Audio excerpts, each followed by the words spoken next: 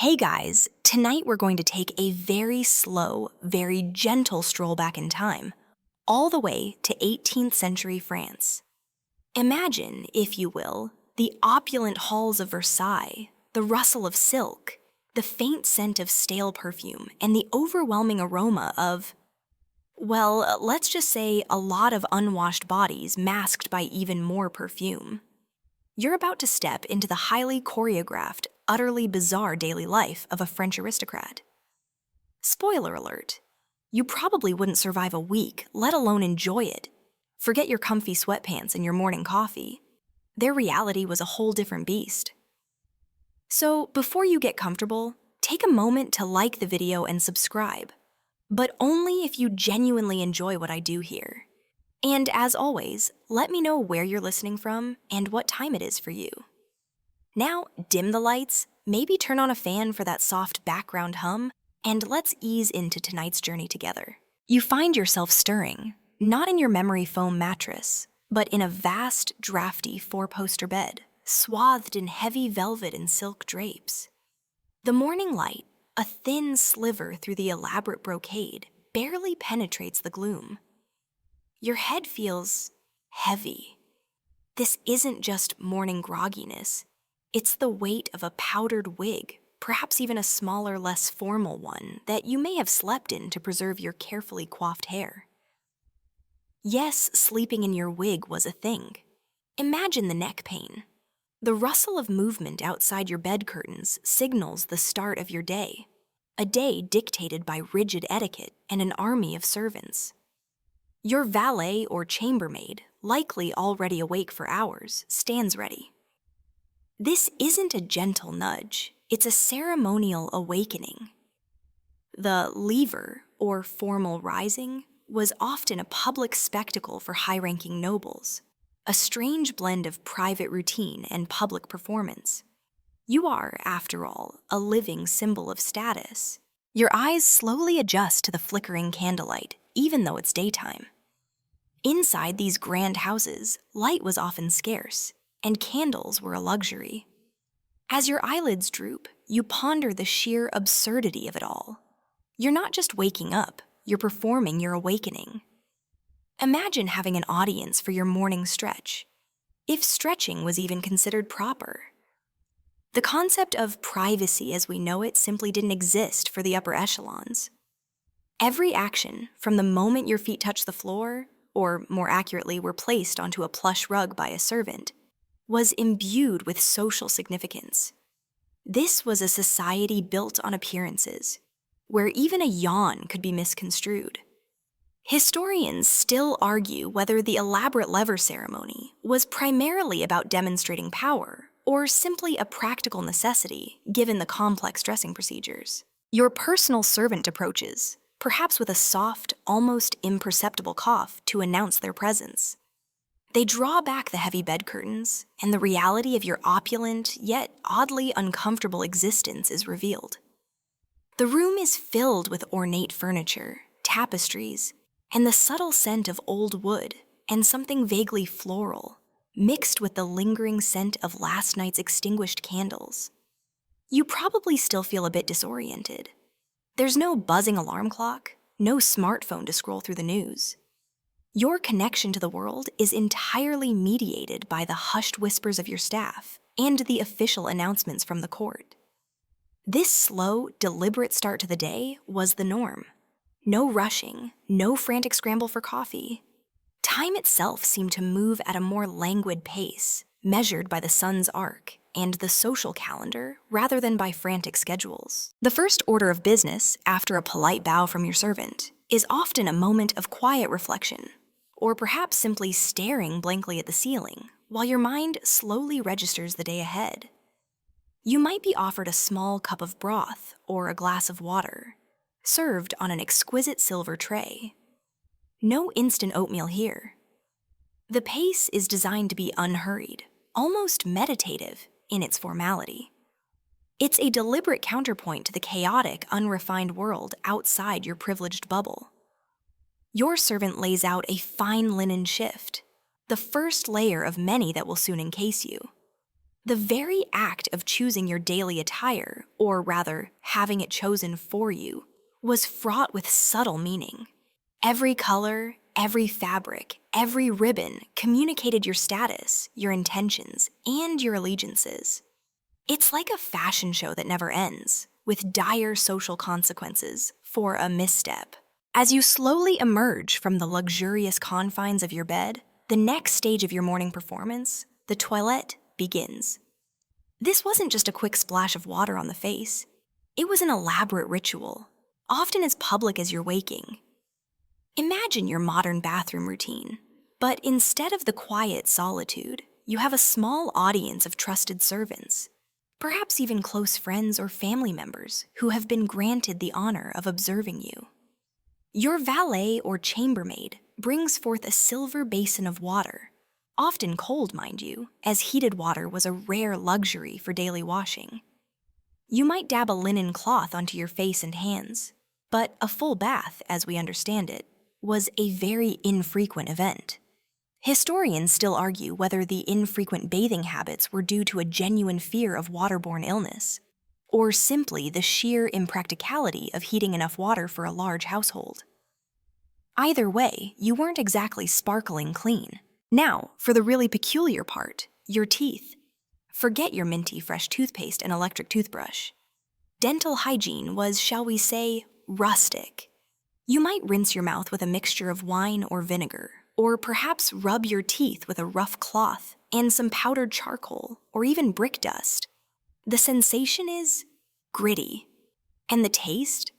Let's just say it wasn't designed to combat morning breath, which, given the lack of consistent bathing and the rich diets, was probably quite a force to be reckoned with. One quirky tidbit: some aristocrats would even use a small, pointed tool called a toothpick, made of silver or ivory to pick at their teeth after meals, which was quite the status symbol. So while your smile might not be dazzling white, at least it's a testament to your refined taste in dental instruments. Then comes the hair. If you didn't sleep in your wig, it's now time for the grand installation. Your hair, or what little of it shows, would be greased and powdered. The powdered wigs, oh, the wigs!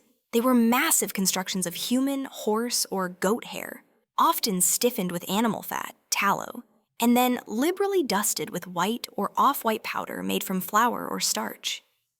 Imagine the dust cloud. Imagine the sheer volume. Your wig dresser would carefully secure this elaborate edifice to your head, a process that could take an hour or more. This wasn't just about looking good. It was about smelling acceptable. The powder, often scented with lavender, orange blossom, or rose, was primarily used to mask body odor and the not-so-fresh scent of unwashed hair. It's like an ancient organic air freshener, permanently affixed to your head. And yes, sometimes mice or other small creatures would find these elaborate hairpieces to be rather cozy nests overnight. A gentle tickle on your scalp might not be just your imagination. As the powder settles, perhaps you gaze at your reflection in a polished silver mirror.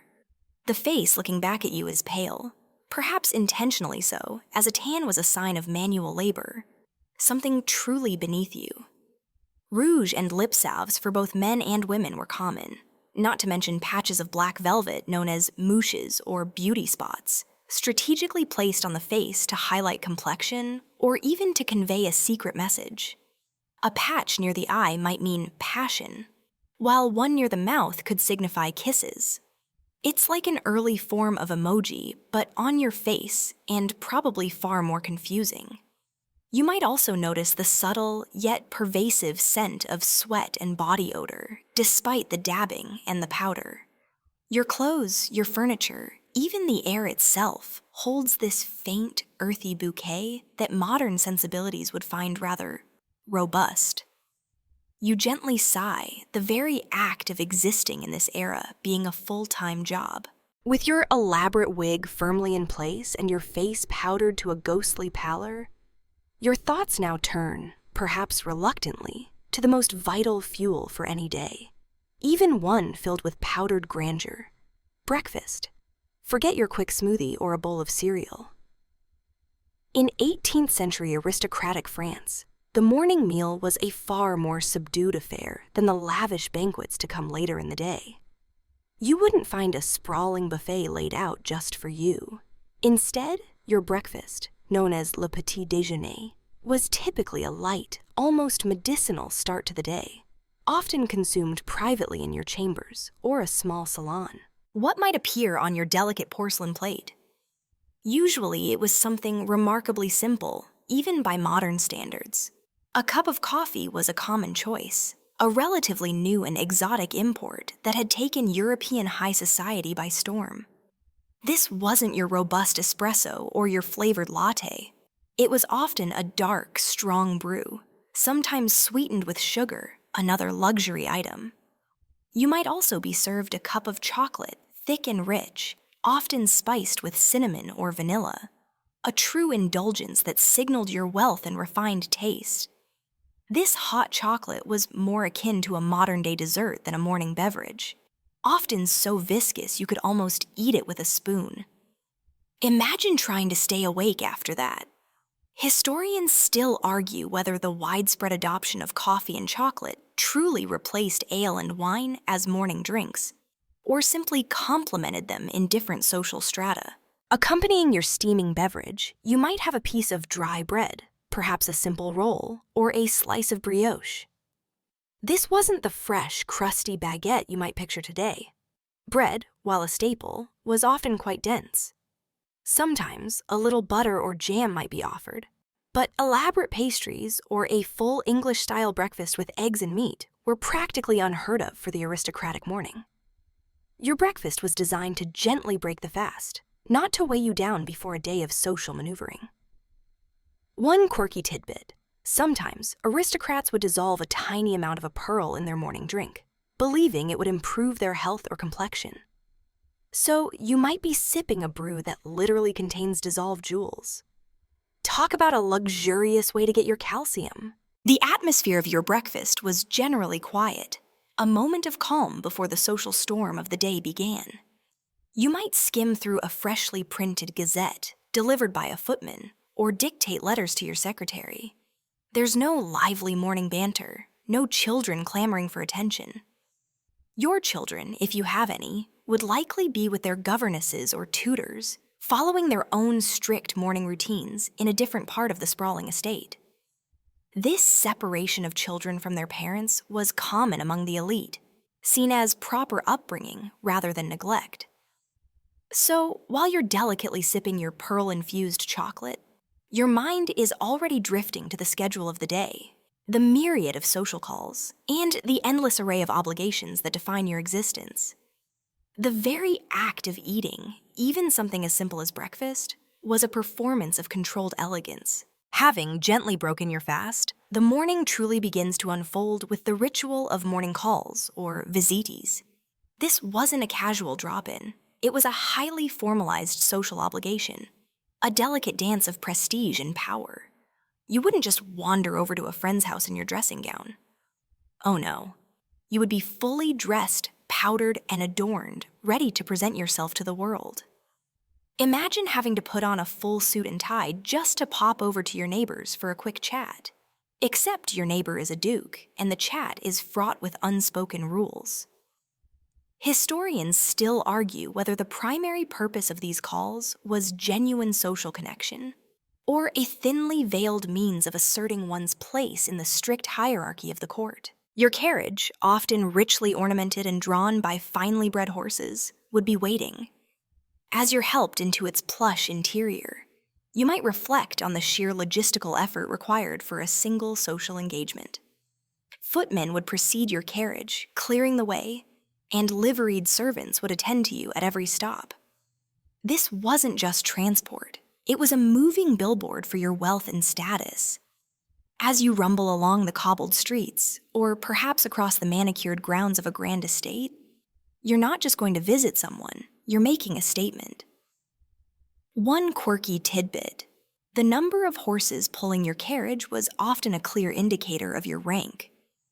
More horses meant more prestige, so a 6-horse team was basically the 18th century equivalent of a stretch limousine. Upon arrival, the elaborate choreography truly begins. You would be announced by name, your title echoing through the grand hall. Then comes the series of bows and curtsies, each precisely calibrated to the rank of the person you are greeting. A deep bow for a duke, a slightly less profound one for a countess. Get it wrong, and you might find yourself the subject of hushed whispers and thinly veiled snobbery. The conversations themselves were often light, focusing on court gossip, recent events, or perhaps artistic endeavors. Deep philosophical discussions were usually reserved for more intimate settings.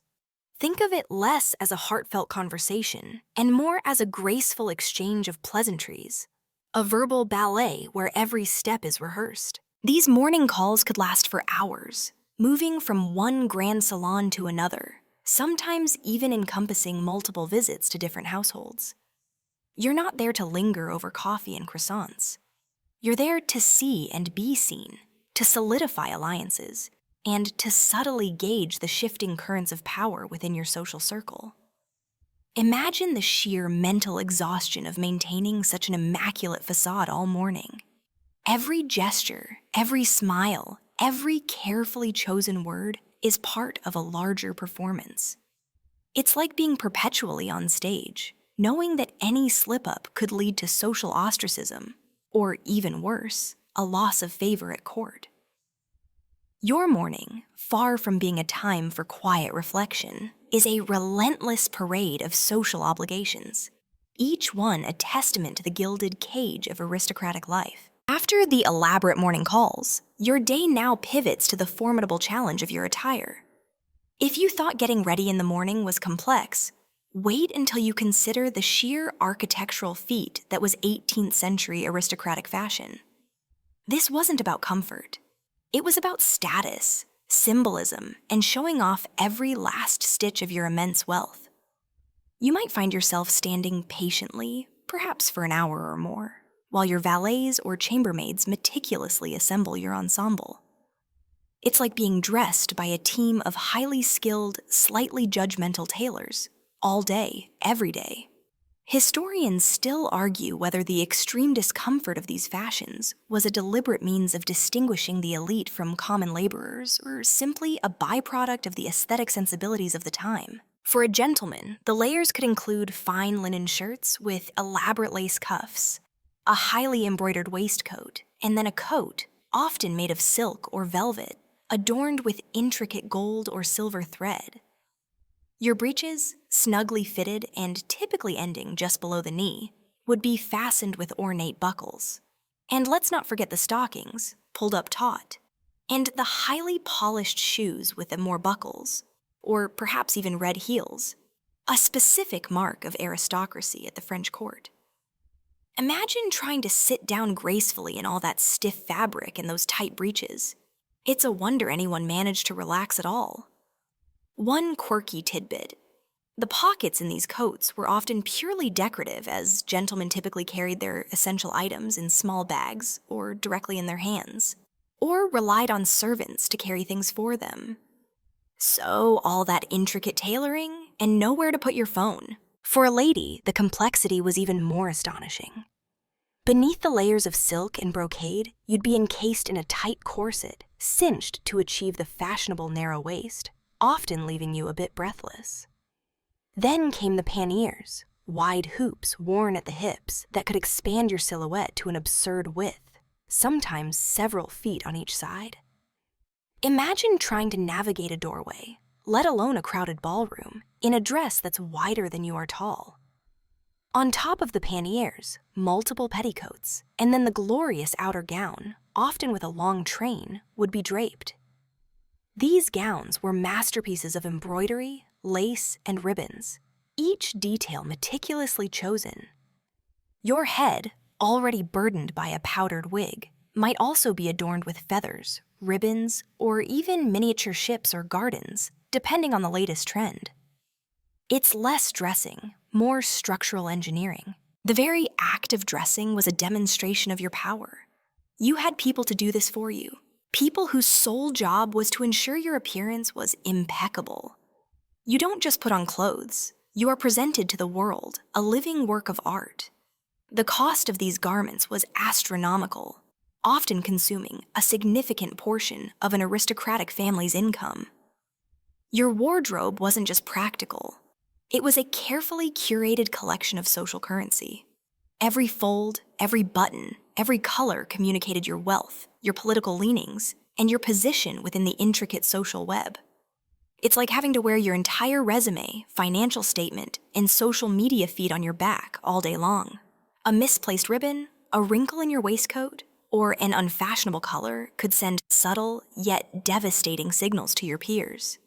The pressure to conform, to always be perfectly presented, was immense, leaving little room for personal comfort. With your elaborate ensemble perfectly arranged, the afternoon stretches before you, a vast expanse of time to be filled with socially acceptable entertainments.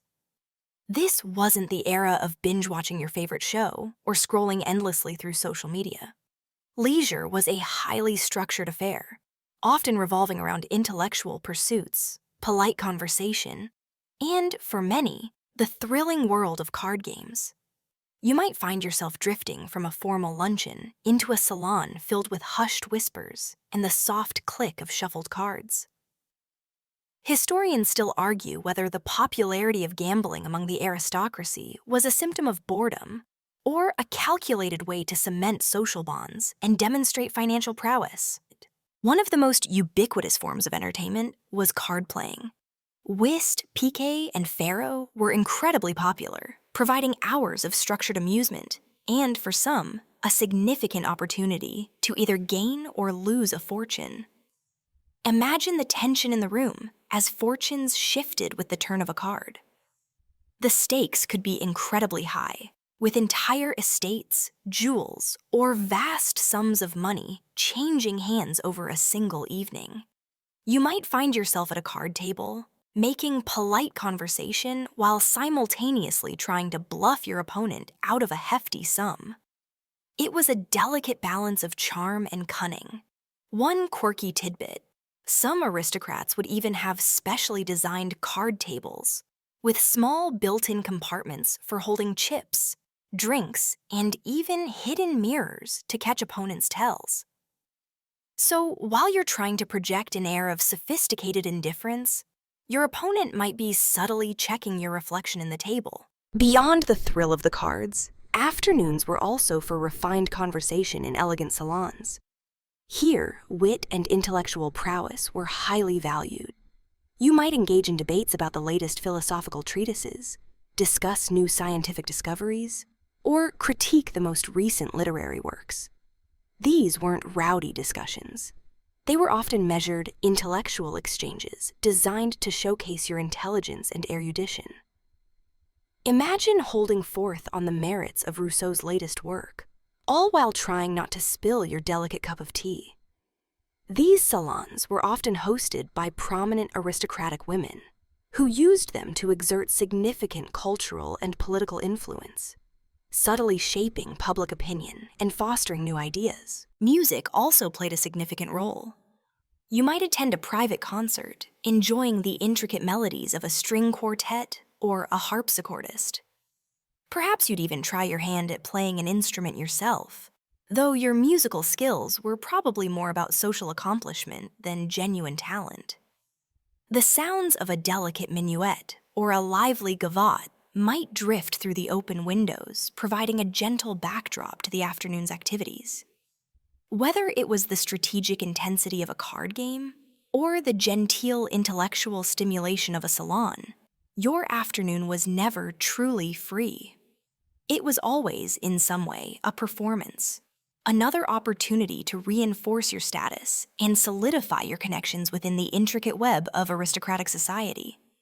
The pressure was constant, but at least the scenery was magnificent, as the afternoon sun begins its slow descent, painting the grand salons in a softer, more golden light. A new kind of aristocratic pursuit often beckons: the hunting party.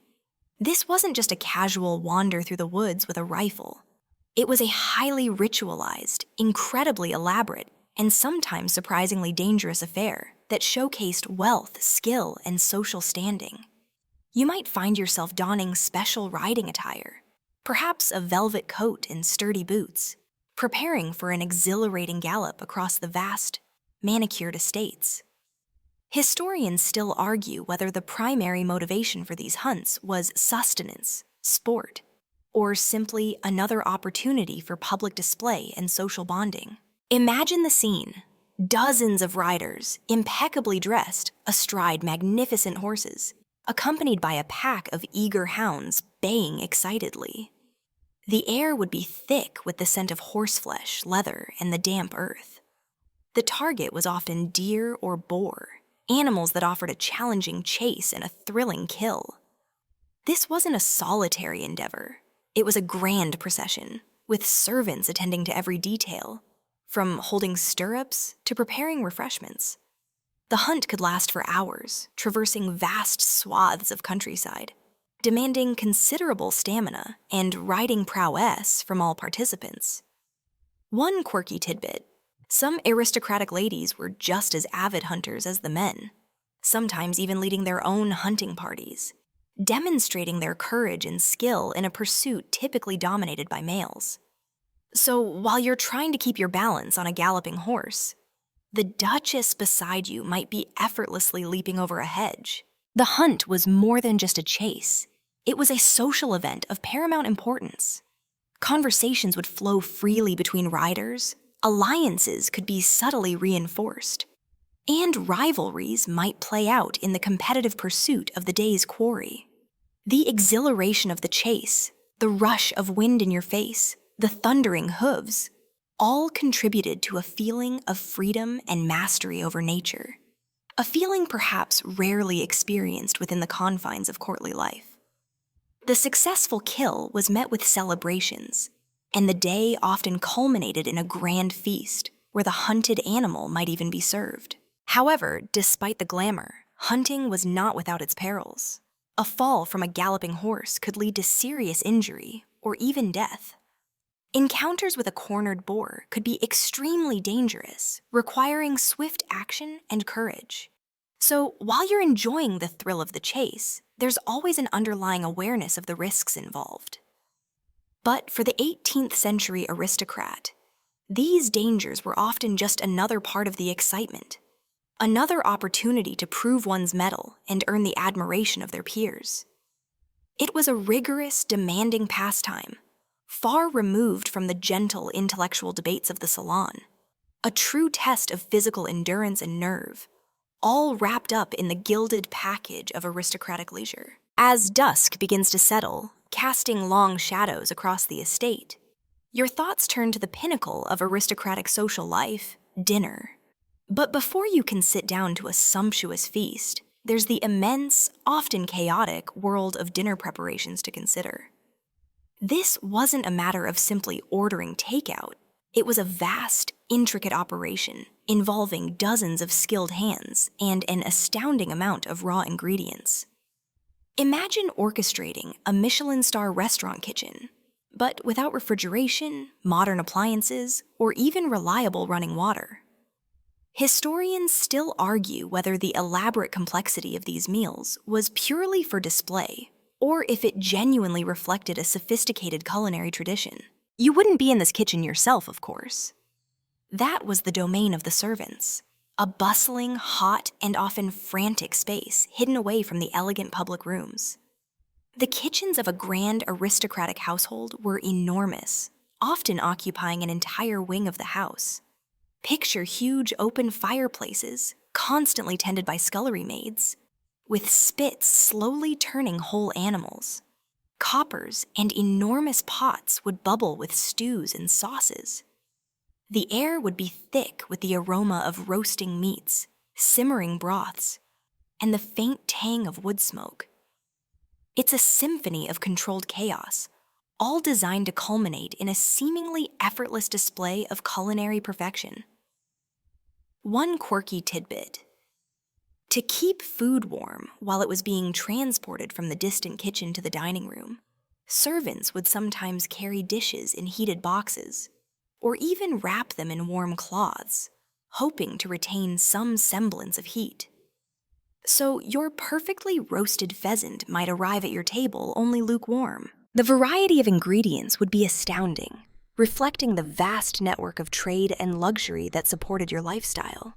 Fresh game from the morning's hunt, exotic spices from the east, delicate vegetables from the meticulously maintained kitchen gardens, and an endless supply of meat, poultry, and fish. Imagine the sheer volume of ingredients that needed to be procured daily, often without modern preservation methods. Every dish had to be prepared from scratch, often to complex multi-step recipes. The head chef, or maître de bouche, was a highly respected and often fiercely temperamental artist, responsible for planning the intricate menus and overseeing every aspect of the preparation. Their reputation, and indeed yours as the host, rested on the success of the dinner. The preparations were also a logistical masterpiece. Servants would be constantly running, carrying platters, fetching ingredients, and stoking fires. The clatter of pots, the sizzle of fat, the shouted commands of the chef. It's a cacophony of culinary creation. And all of this was happening simultaneously, as multiple courses, sometimes dozens of them, would be prepared for a single sitting. You, of course, would remain blissfully unaware of the frantic energy just beyond the dining room doors, perhaps sipping an aperitif and engaging in polite conversation. The seamless transition from your afternoon leisure to the grand evening banquet was a testament to the tireless, unseen labor of an entire culinary staff. It's a reminder that beneath the glittering surface of aristocratic life lay a vast, well-oiled machine of human effort. Finally, the grand moment arrives, the evening banquet. This wasn't just a meal, it was a carefully orchestrated spectacle. A multi-sensory performance designed to impress, entertain, and solidify social standing. You would enter the elaborately decorated dining hall, perhaps arm in arm with a high-ranking guest, the room ablaze with candlelight, casting a warm, flickering glow on polished silver and crystal. The air would hum with anticipation, mingled with the irresistible aromas drifting from the kitchen. Historians still argue whether the sheer excess of these banquets was a sign of cultural decadence or simply the ultimate expression of hospitality and power. Your place at the long, exquisitely set table would be carefully assigned, reflecting your rank and importance. Silver cutlery, delicate porcelain plates, and sparkling glasses would gleam under the candlelight. The seating arrangement was a subtle dance of power dynamics. Being seated near the host or hostess was a mark of favor, while being relegated to the far end of the table could signal a subtle snub. Imagine the pressure of making polite conversation with someone whose political faction you despise, all while trying to gracefully cut a slippery piece of roasted swan. One quirky tidbit. During some banquets, elaborate centerpieces, known as surtouches de table, were used, which could be miniature landscapes with sugar figures, or even working fountains of wine. So, while you're reaching for the salt, you might accidentally knock over a tiny sugar shepherdess. The food itself would be presented in astonishing quantity and variety. Unlike modern dining, where courses are served sequentially, 18th century banquets often featured the service à la française, where multiple dishes were laid out on the table all at once in distinct services or waves. Imagine platters piled high with roasted meats, delicately prepared fish, intricate pastry creations, and exotic fruits. You might have several choices within each service, allowing you to select what appealed most, or simply to marvel at the abundance. This was a feast for the eyes as much as for the stomach. The servants, moving with practiced efficiency, would discreetly replenish dishes as they were emptied, ensuring a continuous flow of food. Conversation, though polite, would often be punctuated by the clinking of glasses and the occasional burst of laughter. Wine flowed freely, from the finest vintages to robust local productions, encouraging a convivial atmosphere. However, even amidst the merriment, social etiquette remained paramount. You're expected to engage in witty banter, tell entertaining anecdotes, and subtly demonstrate your knowledge of the arts, politics, and social graces.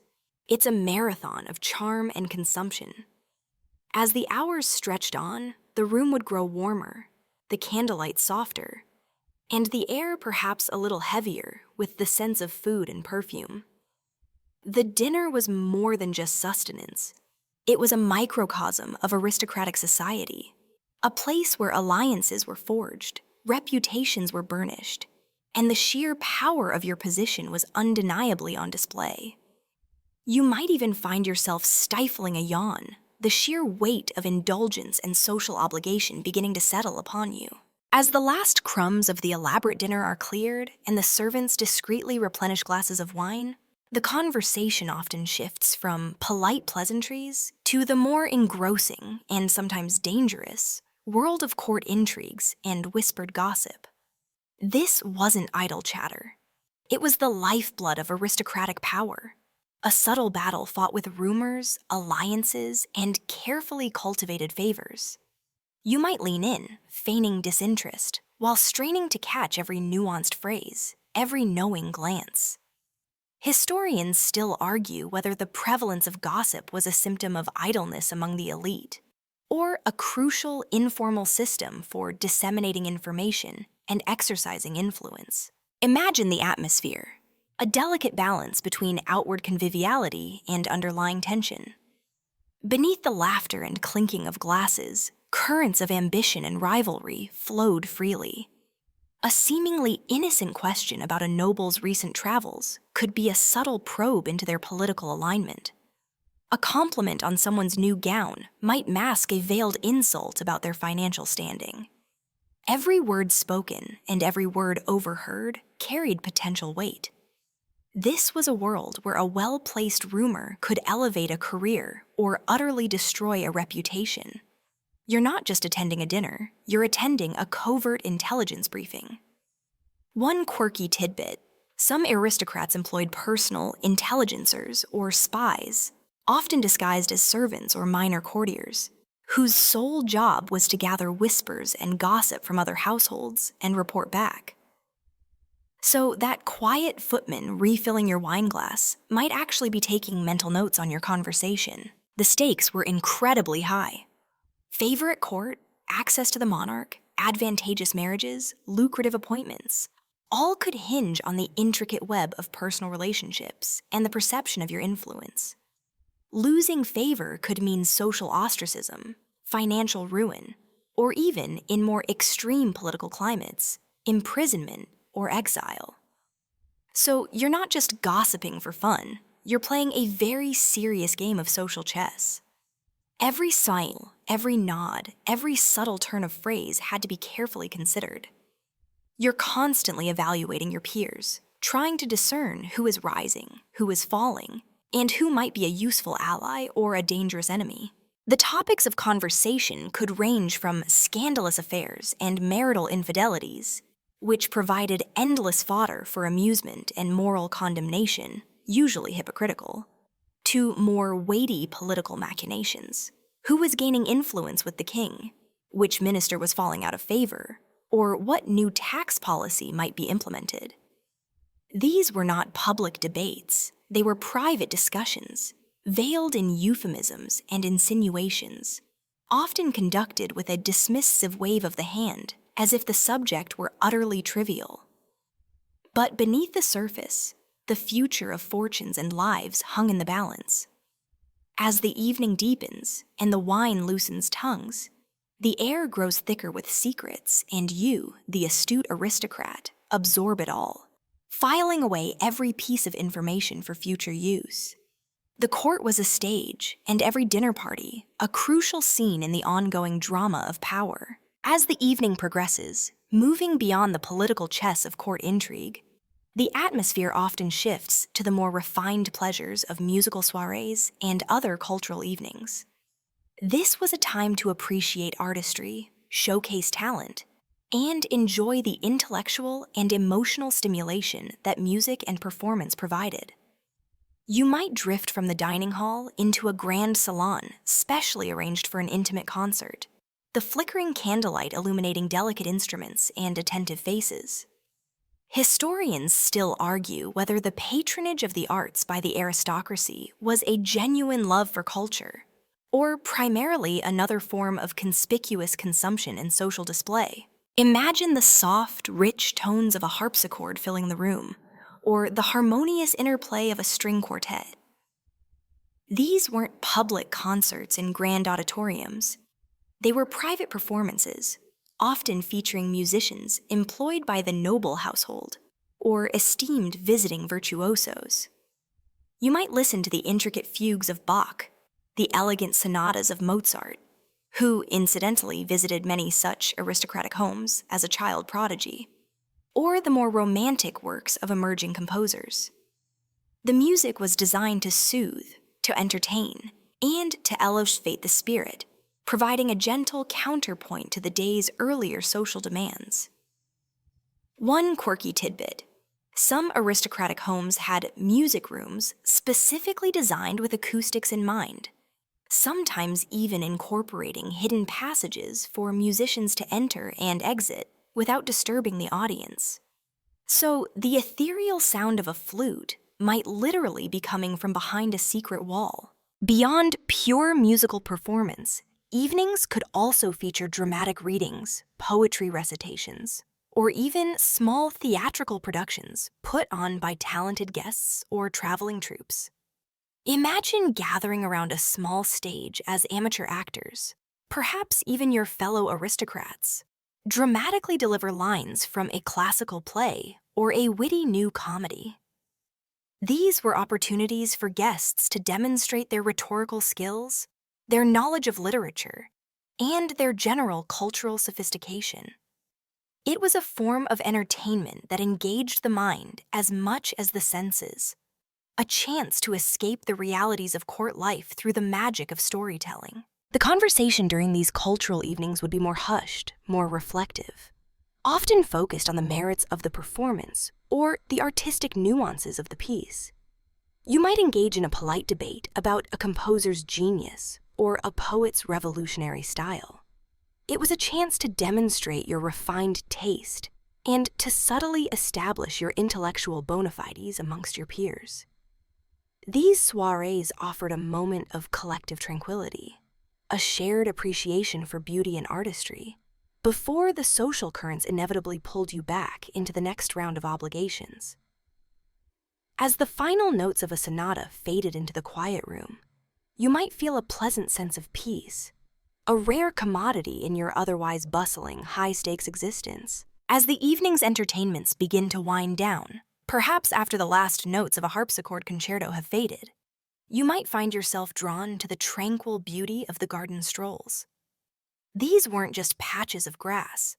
They were meticulously designed, sprawling landscapes, often vast and intricate, serving as extensions of the aristocratic home and as powerful symbols of wealth and control over nature. Imagine stepping out from the candlelit warmth of the salon into the cool night air. The scent of blooming flowers and damp earth, a welcome change from the perfumed interiors. Historians still argue whether the formal, geometric designs of French gardens reflected a desire for order in a chaotic world, or simply showcased the owner's ability to command vast resources. Your path might lead you along gravel walkways, bordered by perfectly trimmed hedges sculpted into fantastic shapes. Statues of classical gods and goddesses would emerge from the shadows, their white forms ghostly in the moonlight. Fountains would gently gurgle, their splashing water providing a soothing soundtrack to your evening contemplation. These gardens were not wild and untamed. They were triumphs of human artistry and engineering, designed to impress and to provide a structured, elegant environment for leisurely promenades. It's like walking through a living, breathing artwork, one that changes with every season. One quirky tidbit: some grand gardens featured elaborate water jokes, or jeux d'eau, hidden mechanisms that would suddenly spray unsuspecting visitors with water, a form of lighthearted aristocratic prank. So, as you admire a statue, you might suddenly find yourself getting an unexpected shower, As you stroll, perhaps arm in arm with a close confidant or a potential suitor, the conversation would naturally soften, becoming more intimate than the public pronouncements of the dining hall. The quiet grandeur of the surroundings encouraged reflection. You might discuss personal matters, share subtle insights, or simply enjoy the shared silence punctuated by the distant calls of night birds. The vastness of the garden allowed for a sense of privacy rarely found within the confines of the main house. It was a place for hushed confessions, for whispered political maneuvers that couldn't be risked indoors, or simply for the quiet enjoyment of nature's beauty, albeit a highly cultivated version of it. The strategic layout of these gardens, often with long, straight avenues leading to distant vistas or classical follies, encouraged a slow, deliberate pace. There was no rushing here.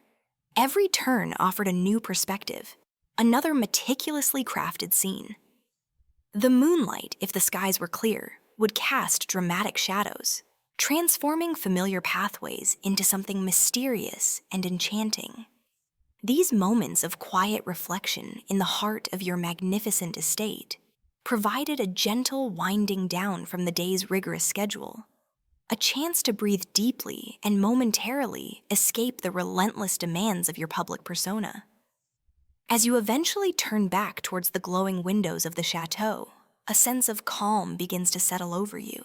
As the garden air grows cooler and the stars begin to pepper the vast velvet sky, the day's long, elaborate performance finally draws to a close with the intimate moments of your bedtime rituals. This wasn't a simple case of slipping into pajamas and brushing your teeth. Even in the privacy of your chambers, the routines were structured, a final sequence of actions that prepared you, body and mind, for sleep.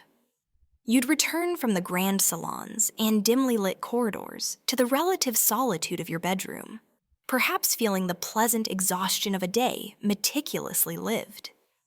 Historians still argue whether the elaborate nighttime routine was purely about personal comfort or if it also served as a psychological transition from public persona to private self. Your chambermaid or valet would be waiting, ready to assist you with the intricate process of undressing.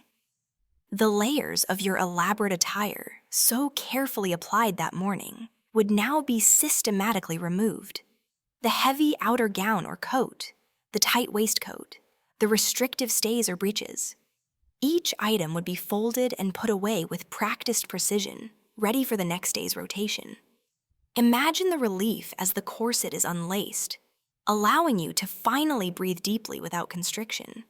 The silk and lace might rustle softly as they are peeled away, revealing the simpler, looser linen shift beneath. It's a liberation, both physical and metaphorical, from the stiff demands of public fashion.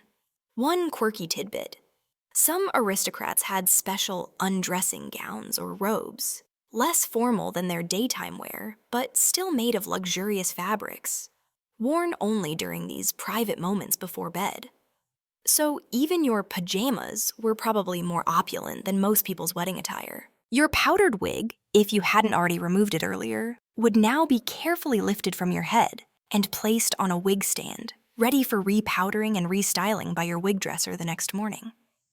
The relief of shedding that heavy, often itchy construction must have been immense. Your own hair, perhaps a little matted or greasy beneath, would be gently brushed. There might be a final light washing of the face and hands, perhaps with a scented water to soothe the skin after a day of powder and heavy makeup. No elaborate skincare routines as we know them. Simplicity was often key, at least when compared to the morning's preparations. You might then sit by a flickering candle, perhaps reading a small prayer book or a gentle philosophical text, or simply gazing into the quiet flames as your mind begins to unwind. There's no bright artificial light to disturb your circadian rhythm, only the soft, warm glow that encourages drowsiness. Your bed, that vast, curtained sanctuary, would be prepared by the servants, perhaps warmed with a bedpan on colder nights.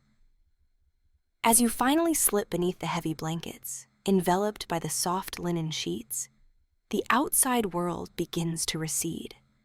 The echoes of court gossip, the strains of the evening's music, the demands of social etiquette, all fade into the background.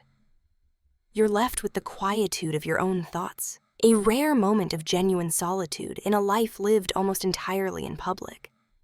This calm descent into sleep was a precious end to a demanding day.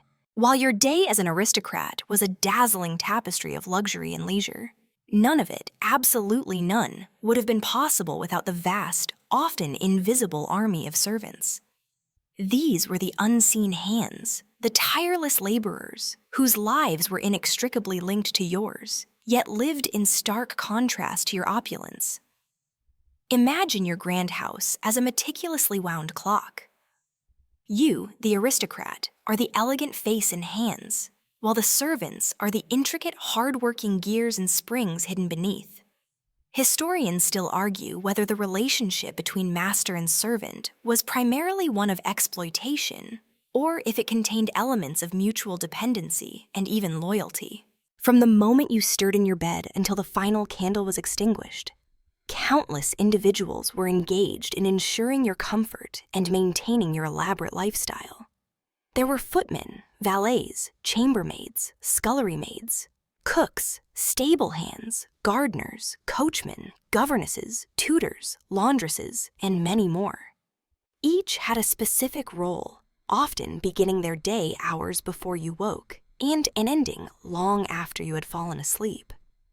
Their days were filled with relentless physical labor, carrying water, stoking fires, cleaning vast rooms, polishing endless silver, preparing complex meals, tending to animals, and maintaining sprawling gardens.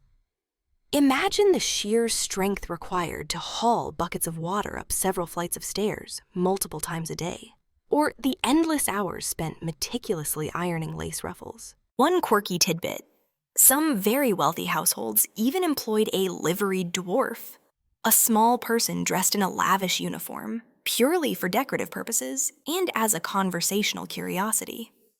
So while you're enjoying your morning coffee, a miniature person in an elaborate costume might be silently standing guard. Their living conditions, even within your grand estate, were often Spartan. They might sleep in cramped attics or damp basements, far from the warmth and comfort of the main living quarters. Their meals would be simple, often consisting of leftovers or basic fare, a stark contrast to the multi-course banquets they diligently served. Their lives were defined by duty and strict hierarchy, with severe penalties for disobedience or perceived laziness. Despite the rigid class structure, some servants developed genuine loyalty to their employers, and some employers, in turn, showed a paternalistic care for their staff, especially those who had served for many years. It was a complex dynamic, far from a simple oppressor-oppressed relationship, though the power imbalance was undeniable. The very fabric of aristocratic life relied on this unseen labor.